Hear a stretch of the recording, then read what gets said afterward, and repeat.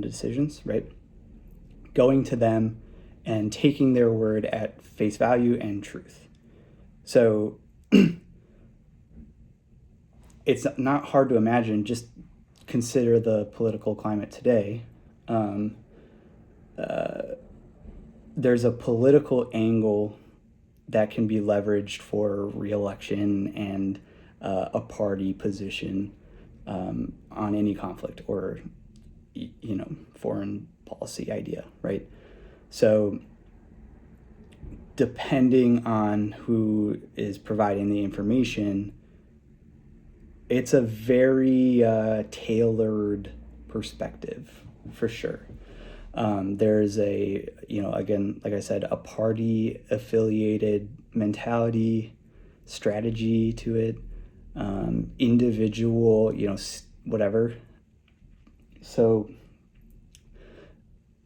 it serves as a filter because you're really getting a watered down perspective of this through a nuanced lens that is not truthful. It has another agenda tied to it, re-election or the party line, whatever. And then we get into the really interesting parts. The third filter is this Israeli government PR campaign. And we've got receipts here as far as filters go. The Israeli government solicited U.S. PR firms to help with their public image during this time. And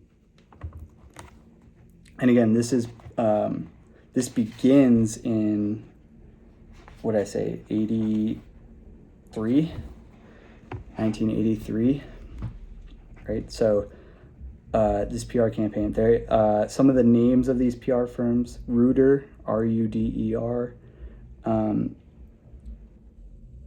chicken scratch, Wheel Associates, W-E-I-L-L Associates, NYPR, and a bunch more.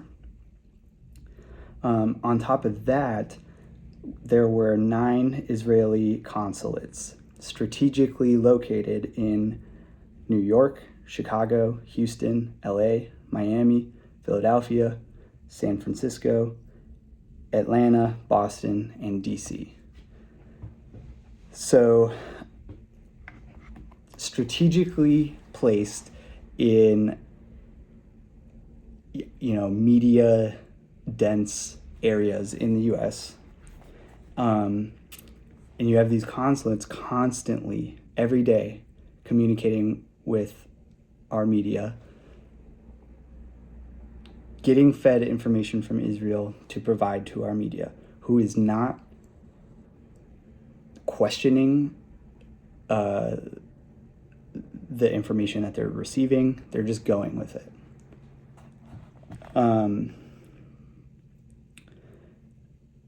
And then on the other side of this is, with the Israeli government PR campaign, private U.S. organizations reiterating this official line. And at the same time, organizing these grassroots opposition to any coverage that's deemed unfavorable to Israel. So these are organizations like Jews for Jesus, Focus on Jerusalem. There was another whole long list.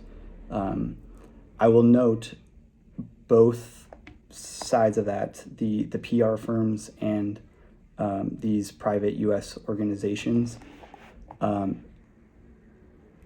At least, maybe all of them, but at least half of them are seem to have a Jewish connection.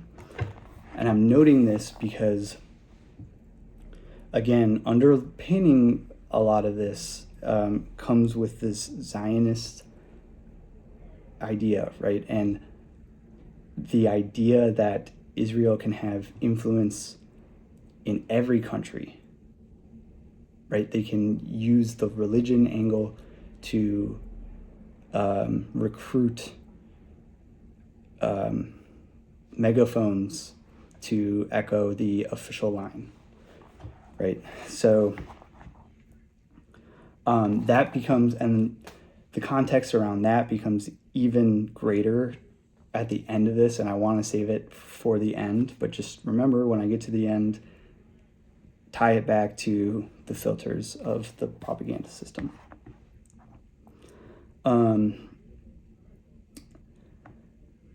And the big one on the U.S. organizations, AIPAC, AIPAC, the most quoted, this is a direct quote, most powerful foreign lobby in Washington. So go look into AIPAC and see the influence that they have in Washington.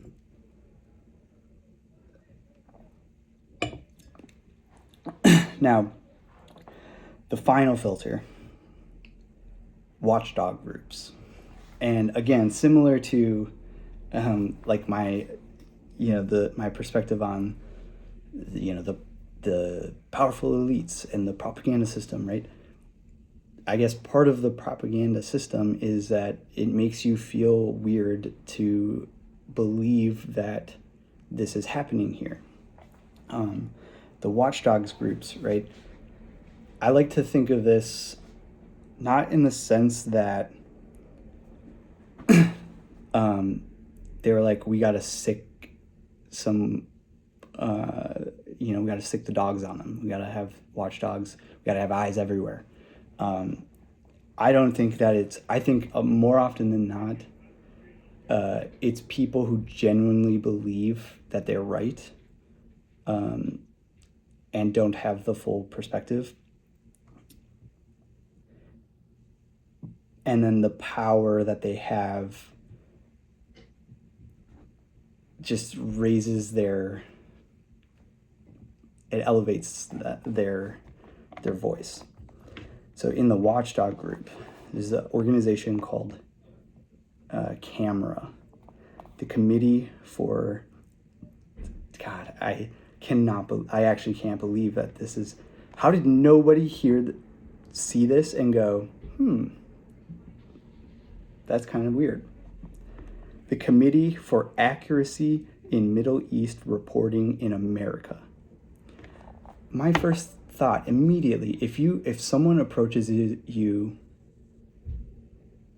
and they describe this organization, the first thing that I'm thinking of is what prompted this organization to be founded.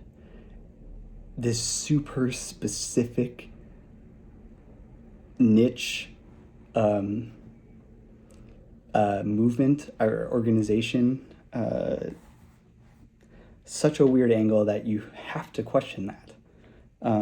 So CAMERA too, as the watchdog group, that's so Orwellian. That just feels like they pulled it out of Orwell's essays. So the watchdogs groups. I didn't note this as well as I wish I did, but essentially what they do is kind of like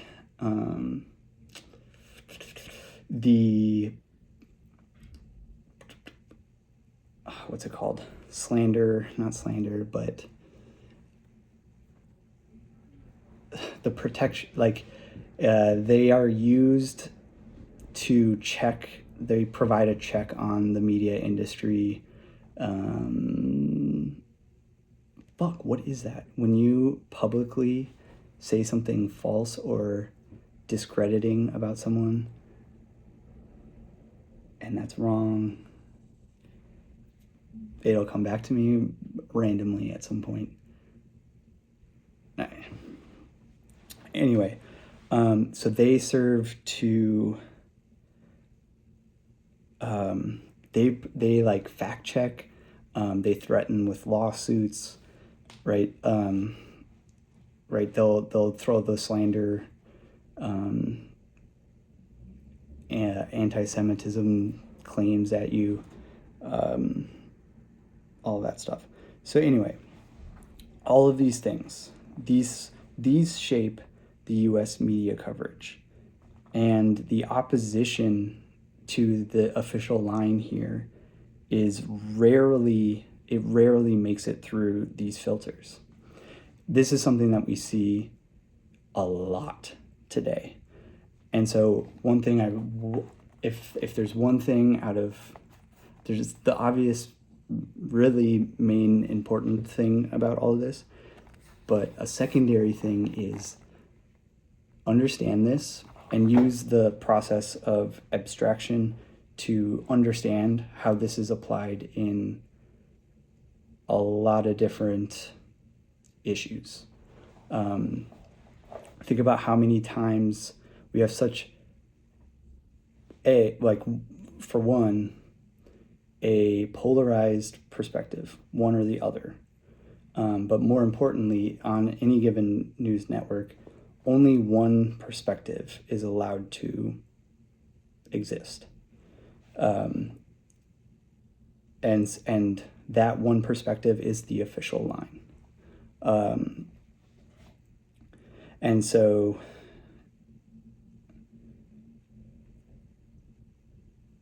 when you only provide that to people,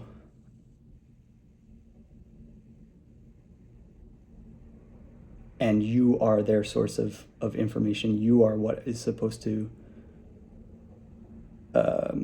inform them, you're not giving them the entire perspective. Almost never is it as simple as this is the thing. But actually, in this case, it kind of is. They had a great line. Context is key. Context is everything. That really hit home for me. That made me very happy.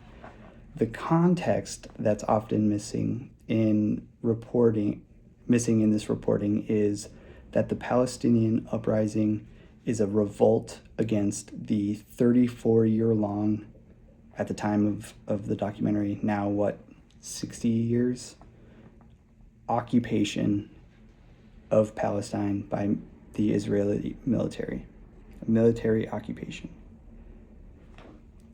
It is consequential to understand that it is an occupation, that Palestine is occupied by the Israeli military. They haven't left Palestine since arguably since 67. And they have settlements.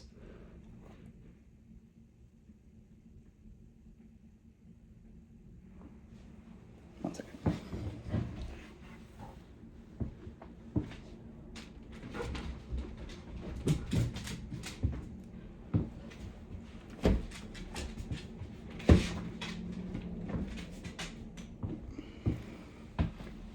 Okay.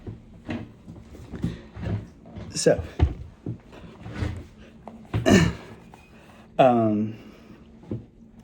so if the occupation isn't part of your narrative, if it isn't in the story, then the story doesn't really make sense. The occupation is the thing that is frequently left out. And really only up until recently was that even allowed, that